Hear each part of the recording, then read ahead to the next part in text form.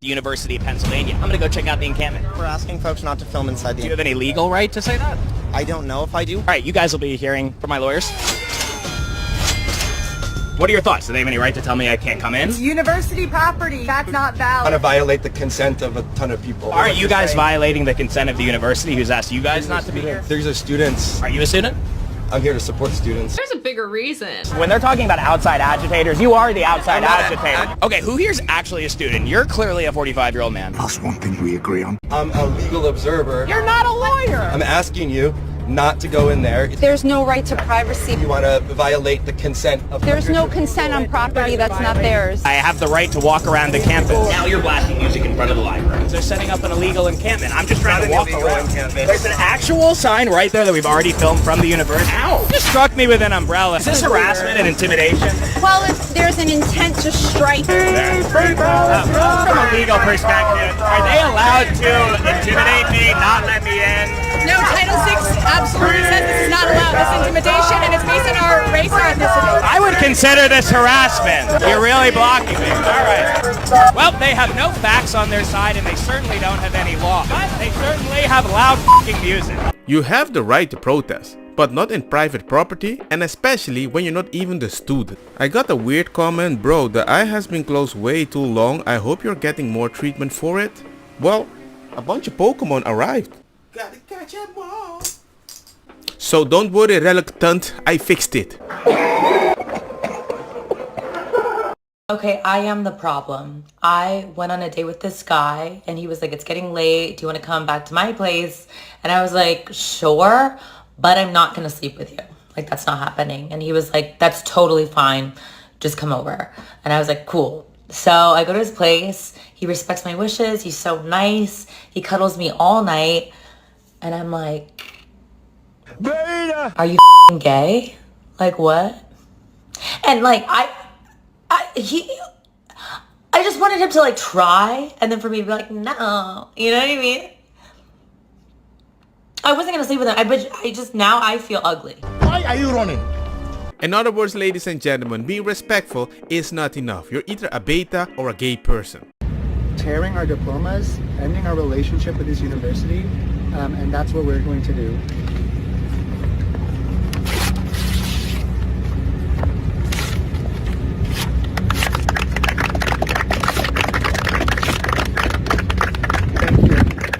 What is that going to do for Palestine? The possibility that you want that reprinted is super high. You have to forgive me. No! Israel has no right to exist. I believe the United States has no right to exist. I believe every settler colony who has committed genocide against native peoples, against indigenous people, has no right to exist. I believe in a free Palestine. From the river to the sea. I believe one day Palestine will be free. Is this news to anybody? San Francisco teacher says Israel and the United States has no right to exist. Hey everyone, this is teaching your kids. Homeschool your children. Suddenly it makes sense how many kids are thinking like this, right? Especially when they don't get validation at home. White supremacy destroys for the sake of destruction. Abolition destroys for the sake of creation. We are not the same.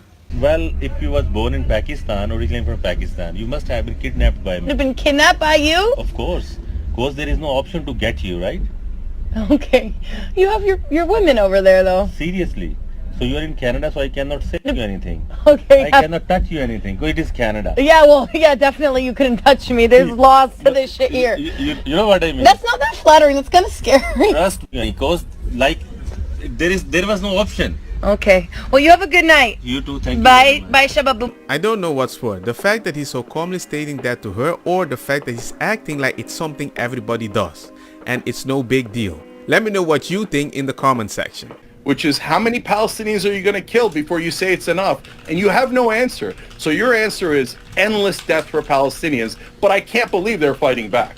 Yeah, Jesse, maybe just take a minute to respond and then we'll finish. Sure. This is my frustrating when it comes to talking about international conflict, when it comes to talking about politics, and when it comes to talking about solving these things on the ground, okay? You've got some people that work incredibly hard in government, in NGOs, in political negotiations from other countries that really try to bring the conflict to the end. And then you've got pundits that make money off of hyperbolizing the actual conflict and not actually saying anything meaningful about it. It is so frustrating to hear over and over again, 150 Palestinians, 150 Palestinians, 150, that doesn't get us anywhere closer to anything. Nobody asked the question, how many Japanese need to die before the war ends? How many German soldiers need to die before the war ends? How many Iraqi soldiers need to die before we stop the first Gulf War? How many people need to die in South Korea, in Vietnam? Like, that's not how anybody has ever thought about the conflict. You don't know how many people died in Yemen, do you? You probably don't know how many people died in the first Gulf War, do you? You probably don't know the total death count in any military conflict, but in this particular one, the only thing anybody seems to know is how many Palestinians died. It's the only thing that people know, which is ironic. Even earlier, you said that you don't care about Palestinian civilian deaths. The only thing you seem to care about is Palestinian civilian deaths. And the only thing that you want is the short-term minimization of those deaths, even when it comes to the long-term actual procurement of a real, lasting, peaceful justice, which is something you have absolutely no concern of talking about, which is why you're presenting the most ahistorical, unbelievable idea ever, that Abbas, who is universally one of the least popular Palestinians ever, you could get a guy called Finkel Goldstein, okay, to be the leader of the Palestinians, and he would pull higher than fucking Abbas. The fact that you want this guy to be the one to negotiate these peace deals with Israel when we're probably lead to the third, fourth, and fifth intifada combined is just an unrealistic solution. But in response to any of these actual roadblocks that somebody puts up before you for peace, the only thing you can say is murder, evil, immoral, 150, dead every day, evil, U.S. not good, don't support evil. But like even what you're saying here, don't support Israel. He's out of line, but he's right. I think that there needs to be an actual conversation sometimes about pundits, like actually talking about realistic peace plans and not just repeating these like talking points over and over again of like 150 dead, 150 dead. That doesn't get us anywhere. We've never thought about any conflict like that ever. I ain't gonna lie, I'm getting cooked. Normally I would say he's never coming back from this, but Sang Uyghur seems to be having some sort of humiliation fetish. He keeps going on shows and doing debates only to be absolutely demolished every time.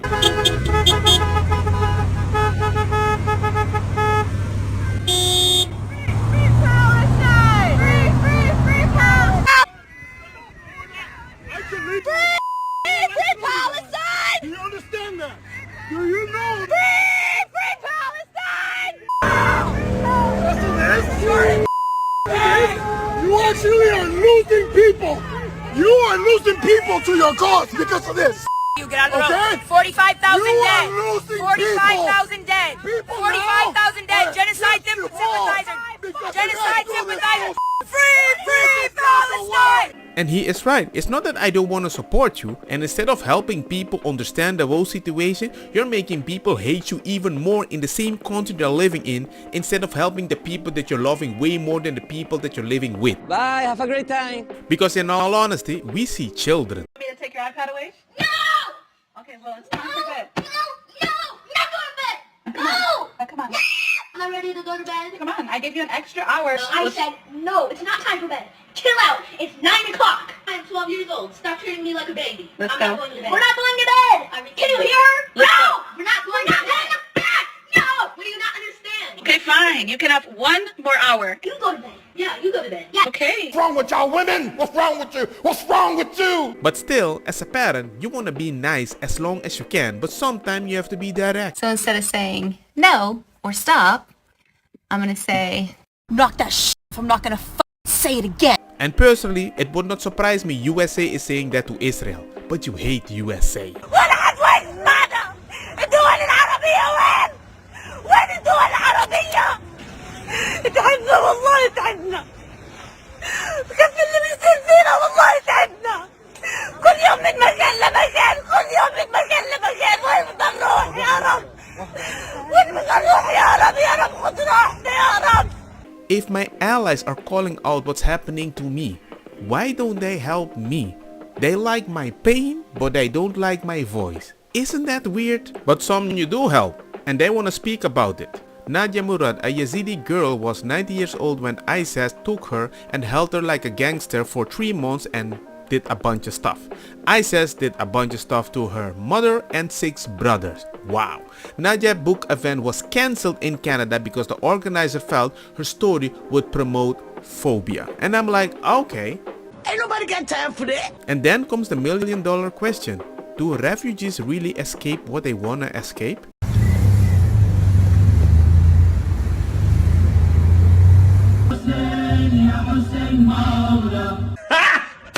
Got it!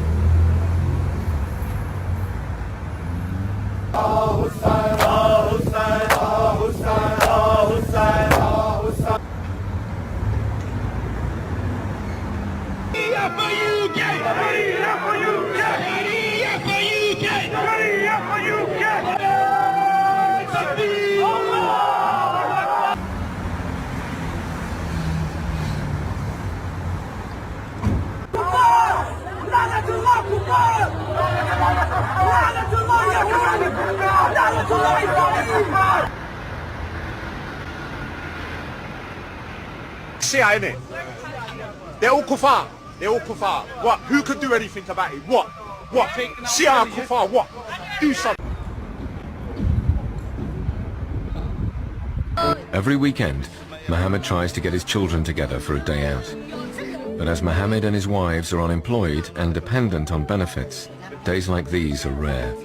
This is not an uncommon opinion that have amongst many legal migrants who have added value to our country. Many of them would say the same. And trust me, I see it more and more. Don't get me wrong, makosa kita bong. Put the fire na mi blonde, kush hash, purple skunk, criollo, colombici, jam jam, turloqueta, verdeta, welcome.